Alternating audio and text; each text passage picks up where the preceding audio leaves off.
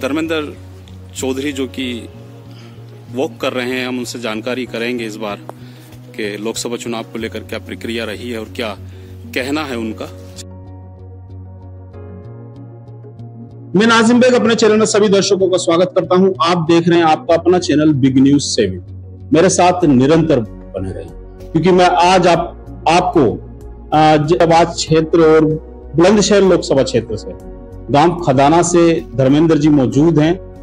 हम उनसे बात करेंगे लोकसभा चुनाव की, देश की राजनीति की, युवाओं की राजनीति और किसानों को मिलने वाले लाभ की भी बात करेंगे इस राजनीति के साथ, क्योंकि कहा जाता है कि किसान इस लोकसभा चुनाव और इस बार के चुनाव में बड़ा अहम रहा। धर्मेंद्र जी जो मेरे साथ मौजूद हैं वो किसानों की लड़ाइयों को निरंतर रखते रहते हैं और बड़े मुखर आवाज में सोशल मीडिया पर उनकी आवाज को बुलंद भी करते हैं। तो चले मेरे साथ, अब हम आपको रूबरू कराते हैं उसी शख्सियत धर्मेंद्र सिंह से। क्या कहना है इस बार के लोकसभा चुनाव को और क्या कहना है किसान की जो राजनीति है और किसान के जो मूल मुद्दे हैं उनको लेकर जो वो संघर्ष और राजनीति करते हैं उनके बारे में। युवाओं के रोल मॉडल हैं, युवाओं के नेता भी हैं धर्मेंद्र सिंह। तो चलिए मेरे साथ धर्मेंद्र भाई, हम आपका अपने चैनल में खैर मकदम पे स्वागत करते हैं। बहुत बहुत धन्यवाद आपका नाजिम भाई। अच्छा, अब हम आपसे जानकारी करेंगे क्योंकि इस बार लोकसभा चुनाव में आपने कैंपेन भी किया है। मैं समझता हूँ कि बुलंदशहर के समस्त गांवों में आप पहुंचे भी, किसानों की दुखती नब्ज पे आपने हाथ भी रखा। क्या कहना चाहते हैं इस बार लोकसभा के चुनाव के क्या मुद्दे रहे? देखिए, इस बार का लोकसभा चुनाव मुद्दों पे चुनाव लड़ा गया है। किसान के मुद्दों पर, युवाओं के मुद्दों पर, बेरोजगारी के मुद्दे पर। और जैसे पीछे के चुनाव हुए हैं, पीछे के चुनावों में आपने देखा होगा धर्म की राजनीति एक अहम भूमिका का रोल अदा करती थी, ध्रुवीकरण की राजनीति। लेकिन इस बार के चुनाव में वो देखने को नहीं मिला। इस बार का जो किसान है वो, जैसे मोदी जी ने पिछली बार कहा था कि 2022 तक किसानों की आय दोगुनी कर देंगे, और हम दिल्ली बॉर्डर पर जमे रहे 3 कृषि कानूनों को वापस कराया, और उसमें मोदी जी ने हमसे वादा कर दिया कि आप यहाँ से चले जाएं और एमएसपी आपको हम जो लागू करेंगे, एमएसपी आपको दी जाएगी। लेकिन किसान जब वहां से वापस आ गए, किसानों को वापस आने के बाद मोदी जी की बात पर भरोसा किया। हाँ, भरोसा किया, मोदी जी की बात पर भरोसा हुआ, लेकिन वो अपनी बात पर खरे नहीं उतरे। और उन्होंने, जब हम वापस आ गए वहां से, तो एमएसपी को देने से मना कर दिया। और आपने देखा होगा इंडिया अलायंस का जो इस बार का घोषणा पत्र है, जो न्याय पत्र है, माननीय राहुल गांधी जी ने उसमें किसानों की आवाज को बुलंद किया। उन्होंने कहा है कि यदि इंडिया गठबंधन की सरकार बनती है तो किसानों का जो अहम मुद्दा है, जो एमएसपी का मुद्दा है, किसानों को एमएसपी की गारंटी दी जाए। तो एमएसपी की गारंटी पर जो ये मुद्दा है, इस मुद्दे पर चुनाव हुआ है लोकसभा का। और काफी गांवों में हम गए हैं, किसान ने इस बार, जो किसान है, किसानों ने इस बार मुद्दों को लेकर वोट किया है, ध्रुवीकरण की राजनीति को एक तरफा कर दिया है और हाथ के पंजे पर निशान दबाया है इंडिया गठबंधन। मैं यहाँ एक बात और सवाल करना चाहूंगा कि धर्मेंद्र चौधरी किसानों की लड़ाई लड़ता है या किसी पार्टी विशेष से बंधा हुआ? नहीं, पार्टी विशेष से नहीं बंधा नहीं कह सकते, क्योंकि आपने अभी कहा था कि कांग्रेस पर वोट करी है इस बार। जी जी, बिल्कुल बिल्कुल कहा है मैंने, क्योंकि हम उसके साथ हैं जो किसानों के साथ जी। हम किसी पार्टी के साथ नहीं है। यदि पार्टी किसानों के साथ है तो हम पार्टी के साथ। मैनिफेस्टो जो कांग्रेस का है उसको आप बिल्कुल किसानों के हित में है वो मुद्दा। युवाओं के लिए जो उन्होंने कहा है कि पहली ही कैबिनेट में हम 30 लाख जो खाली पड़े हुए पद हैं उनको भरेंगे। जैसे मोदी जी ने हमें वादा किया था कि 2 करोड़ रोजगार प्रति वर्ष देंगे, वो 2 करोड़ रोजगार हमारे कहाँ गए? 10 साल आप शासन में रहे और 10 साल का मतलब हो गया आप, हमारे जो 20 करोड़ रोजगार है वो कहाँ है?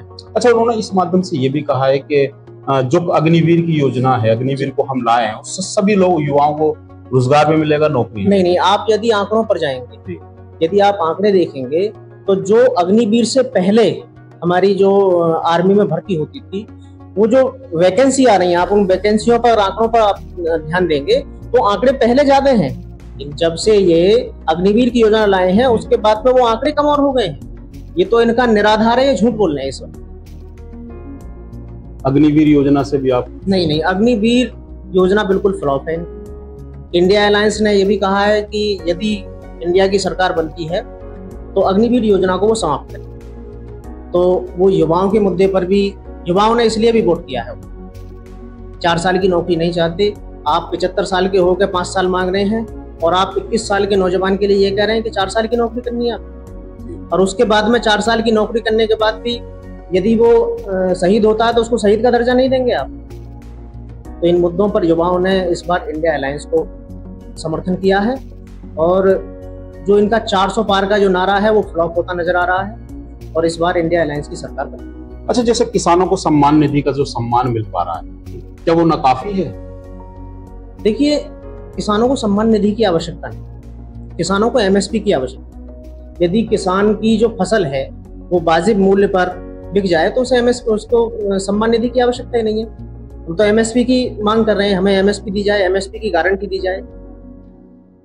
अच्छा, हम किसानों से मिलते भी हैं, वो कहते भी हैं हमें कि हमें सरकार द्वारा जो सम्मान निधि मिल रही है हम सब कुछ भी है। तो क्या वो किसान अलग हैं या जो उस सम्मान योजना से लाभार्थी इतनी है वो किसान अलग है? नहीं, ऐसा नहीं है। देखो, किसानों को आप अलग मत बांटिए, किसान अलग नहीं है।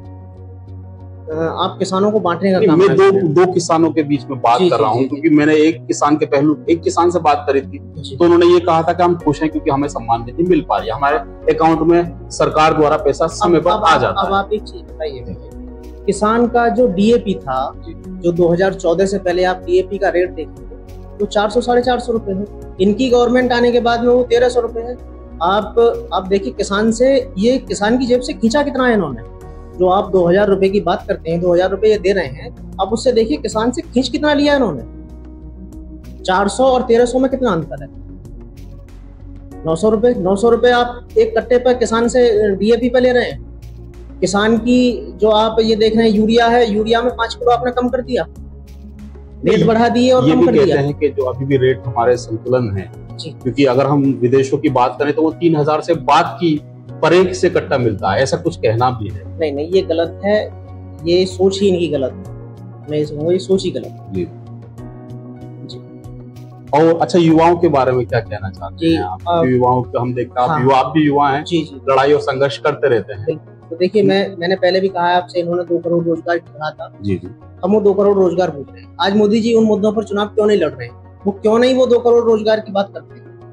आप देख रहे हैं, अभी पिछली बार आपने देखा होगा यूपी पुलिस का पेपर लीक हुआ, आरओ का पेपर लीक हुआ। आपने बिहार में देखा होगा बीपीएससी का जो टीचर का पेपर है वो पेपर लीक हुआ। मध्य प्रदेश में पेपर लीक हुए, गुजरात में पेपर लीक हुए। आप देखेंगे जब तेजस्वी यादव बिहार में गवर्नमेंट में शामिल थे, उस समय टीचर की 2 वैकेंसी उन्होंने दी जो बिल्कुल पारदर्शी तरीके से हुई। लेकिन इनका अलायंस होने के बाद में, जब से ये नीतीश कुमार जी के साथ आए, तो तीसरी वैकेंसी आई, उसी को पेपर ये आउट कर दिया। तो क्या नीति है इनकी? मतलब ये सरकार में जिस सरकार के पास आ जाएंगे उसी से मतलब जो पेपर होना है वो पेपर को नहीं कराएंगे। बता रहे हैं कि पेपर जो लीक करते हैं उनके लिए सख्त कानून भी बनाया गया। हाँ, कानून बनने के बाद भी ये चीज है। आप ये देखिए, इन्होंने कानून बनाया है, उसके बाद भी ये स्थिति है।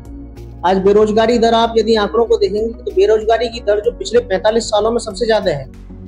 आज युवा आप देख रहे हैं, आप जो रिपोर्ट आई है उस रिपोर्ट के आधार पर 50 करोड़ युवा बेरोजगार है इस समय। मोदी जी कहते हैं कि जो बड़े गर्व से कहते हैं कि हमने कंपनियां बंद कर दी, पीएसयूज बंद कर दिए, प्राइवेट हाथों में दे दिए, बड़े गर्व से कहते हैं वो।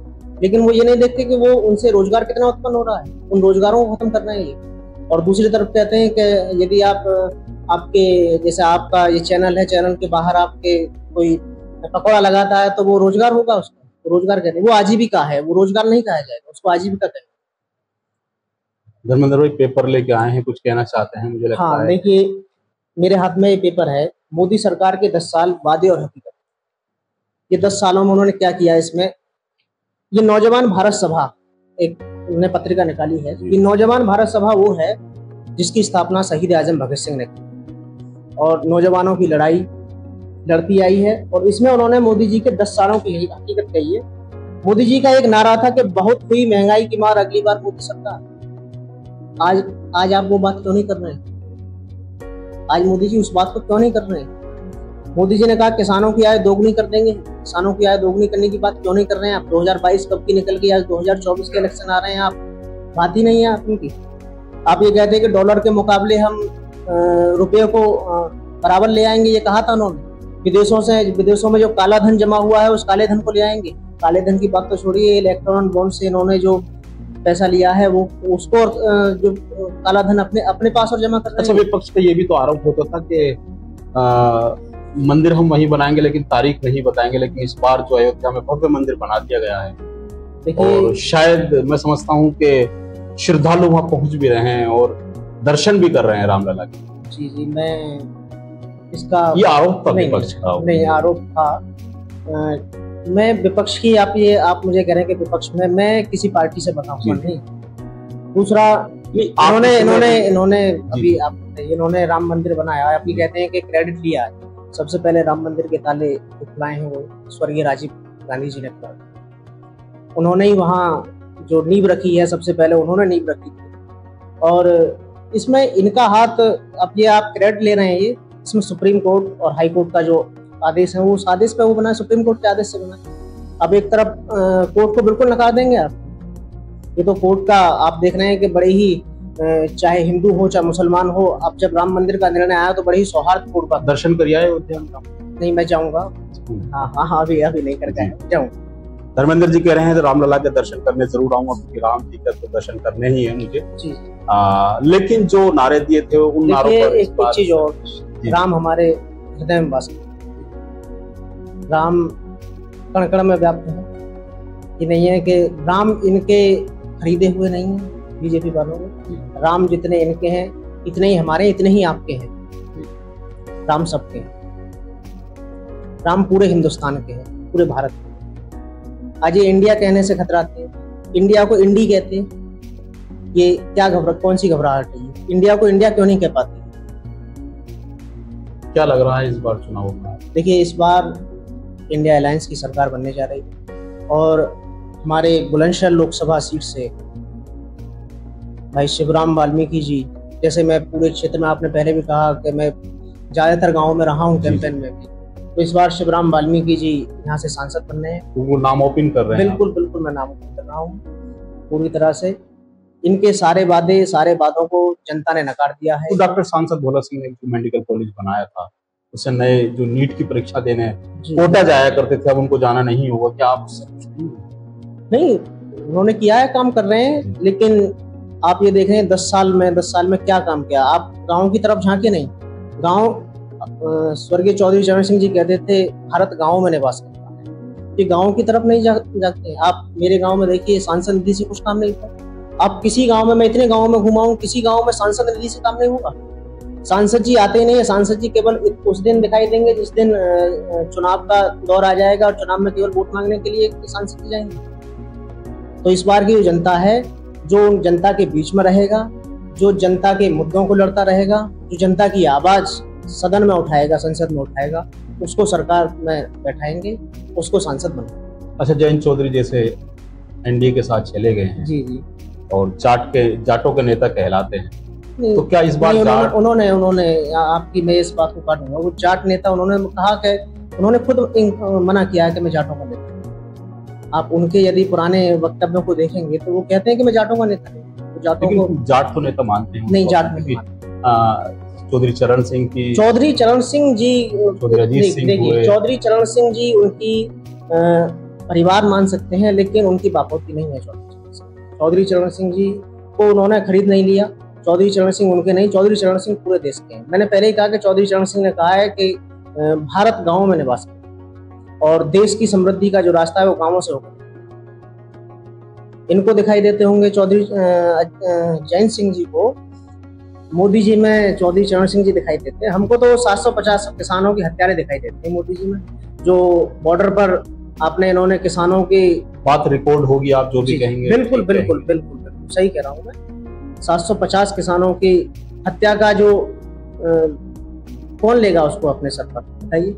जो 750 किसान मारे गए हैं वो कौन लेगा अपने आप? उस पर नहीं बोलते हैं। वो जयंत चौधरी जी वही जयंत चौधरी हैं जो ये कहते थे कि यदि इंडिया अलायंस के साथ थे जब वो ये कह रहे थे कि एमएसपी होनी चाहिए, और वही जयंत चौधरी हैं आज जब एनडीए के साथ चले गए वो ये कह रहे हैं कि एमएसपी लागू नहीं कर सकते, एमएसपी लागू करेंगे तो भारत की जो अर्थव्यवस्था है वो गड्ढे में चली जाएगी। वही जयंत चौधरी हैं। अब कैसे उन्हें जयंत चौधरी को आप वही कहते थे कि मैं चवन्नी नहीं हूँ जो पलट जाऊंगा, वही कहते थे ना। इस फैसले को आप कैसा देखते हैं? नहीं, ये उनका बहुत गलत फैसला है और पता नहीं कैसे वो चले गए। कह रहे हैं कि सरकार के साथ रहेंगे तो किसानों क्या हो, जो बातें हैं किसानों के मुद्दे उन पर हम बिल्कुल निष्ठापूर्वक काम करेंगे, उन मुद्दों को एमएसपी कानून हो या नहीं, उन्होंने मना कर दिया एमएसपी कानून नहीं बनेगा। वो सरकार के साथ जाते ही मना कर दिया एमएसपी पर कानून नहीं बनेगा। हमारे साथ जब विपक्ष के साथ थे वो, तो विपक्ष में वो ये कह रहे हैं कि एमएसपी होना चाहिए, और विपक्ष से जाने के बाद एनडीए में जाने के बाद वो कह रहे हैं एमएसपी नहीं होना चाहिए। तो क्या कहेंगे वो उनके लिए? क्या कहना चाहते हैं और धर्मेंद्र जी, क्योंकि अभी देखिए तीसरे फेज का चुनाव आज चल रहा है, नहीं कल है शायद, देखिए 7 तारीख में एनडीए गठबंधन इस बार पस्त हो चुका है। उनके जो वादे हैं वो बिल्कुल खोखले हैं। दूसरा, जो मेरे आंकड़े हैं, एनडीए इस बार 150 से 200 के बीच में सिमट जाएगा और इंडिया गठबंधन की, इंडिया अलायंस की सरकार 303 के बाद 150 पर लेके आ रहे हैं। जी बिल्कुल 150 से 200 के बीच में। और बुलंदशहर की सीट इंडिया अलायंस जीत रही है और पूरी अच्छी तरह से जीत, इसमें कोई दो राय नहीं, एक तरफा जीत।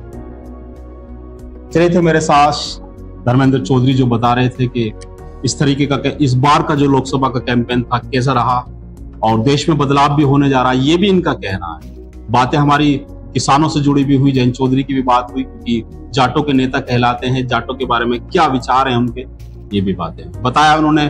कुछ मुद्दे भी दिखाए हैं जो कि पूर्व की सरकार, पूर्व के जो लोकसभा 19 में जीती थी, उन मुद्दों को भी बताया कि किन मुद्दों पर आप जीत कर आए थे, आज उन मुद्दों से भटक चुके हैं, ये भी कहना है धर्मेंद्र जी। कहाँ तो तय था चरागा हर एक घर के लिए और कहाँ चराग मयस्सर नहीं शहर के लिए। एक बार तो कहते थे कि हर घर के लिए चराग देंगे हम, और आज एक शहर के लिए चराग मयस्सर। दुष्यंत कुमार जी की लाइन है, क्रांतिकारी कवि हुए हैं, उन्हीं की लाइनों के साथ मैं आपसे ये कहूंगा कि इस बार इंडिया गठबंधन पार जाए। चलिए, हमारे धर्मेंद्र जी से बात सारी हो चुकी है, राजनीति भी बात हो चुकी है, किसानों की भी बात हो चुकी है, और हम समझते हैं कि हमारे चैनल के माध्यम से बहुत दूर तक की आवाज अब पहुंचेगी, उनके जो बातें हुई हैं हमारी। हम चाहते हैं ऐसी शख्सियतों को, ऐसे ही लोगों को आपसे रूबरू अपने चैनल के माध्यम से कराते रहे और बता रहे भी रहे कि इस बार बदलाव होने जा रहा है, बदलाव तय है। तो चलिए मेरे साथ, हम चाहते हैं कि आप हमारे चैनल को सब्सक्राइब और लिंक को शेयर जरूर करें, जैसे ही ऐसे ही शख्सियत हम आपको रूबरू कराते हैं। नमस्कार, खुदा हाफिज।